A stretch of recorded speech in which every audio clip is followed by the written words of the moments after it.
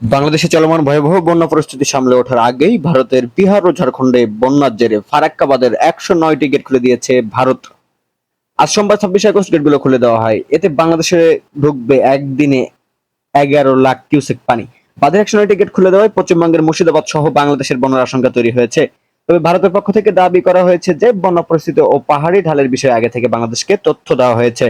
চাঁপাইনবাবগঞ্জ পানি উন্নয়ন বোর্ডের উপবিভাগীয় প্রকৌশলী ভারপ্রাপ্ত মোহাম্মদ মহিজউদ্দিন গণমাধ্যমকে বলেন, বিভিন্ন গণমাধ্যমে দেখলাম মোট ১০৯টি গেট খোলা হয়েছে। এভাবে হঠাৎ এতগুলো গেট খুলে দিলে এই অঞ্চলে বন্যার আশঙ্কা তৈরি হয়েছে।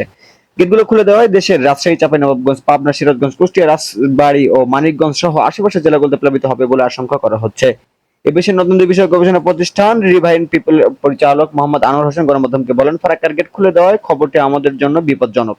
এর ফলে দেশের রাজশাহী, চাঁপাইনবাবগঞ্জ, পাবনা, সিরাজগঞ্জ, কুষ্টিয়া, রাজবাড়ী, মানিকগঞ্জ সহ আশেপাশের জেলাগুলো প্লাবিত হবে বলে আশঙ্কা করা হচ্ছে। এ বিষয়ে ফারাক্কা বাঁধের জেনারেল ম্যানেজার আর দেশের পাশে বলেন, ফারাক্কা ব্যারেজ কর্তৃপক্ষ সবসময় অ্যালার্ট রয়েছে, প্রতি মুহূর্তে নজরে রাখা হচ্ছে। খুব কম সময়ের মধ্যে যেভাবে পানির চাপ তৈরি হয়েছে তাতে ১০৯টি গেটের সবকটি খুলে না দিলে ব্যারেজের উপর চাপ তৈরি হচ্ছিল, এর ফলে বড় ক্ষতি হয়ে যেতে পারত। তিনি আরো বলেন, আপাতত ফিডার ক্যানেলে ৪০,০০০ কিউসেক ও ডাউন স্ট্রিমে ১ লাখ কিউসেক পানি ছাড়া হয়েছে।